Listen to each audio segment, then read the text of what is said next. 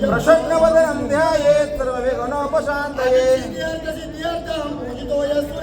सर्वविघ्नहरस्तस्मै गणाधिपतये नमः देवादिशन्नुना शुद्धिं ब्रह्मेशान जनार्दन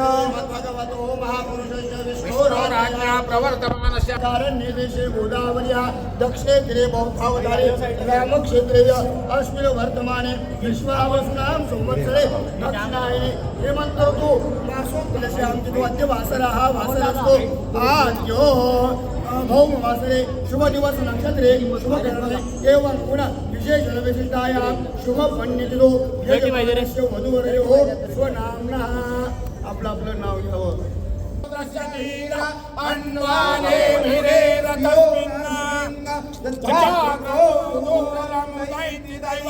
दादू सुप्तस्य तथैवैति दो रंगमन ज्योतिषां ज्योतिरे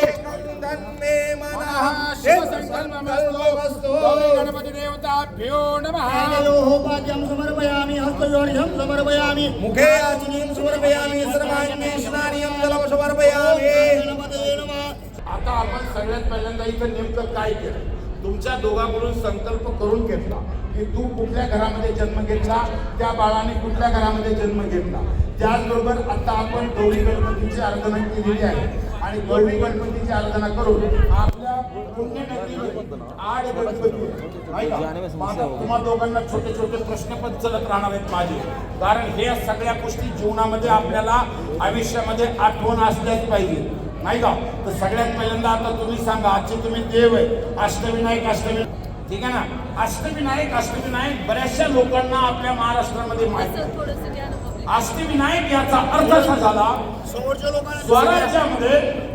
या स्वराज्यामध्ये सगळ्याच कुलदैवत जे होतं ते मल्हारी मासाकांत होतं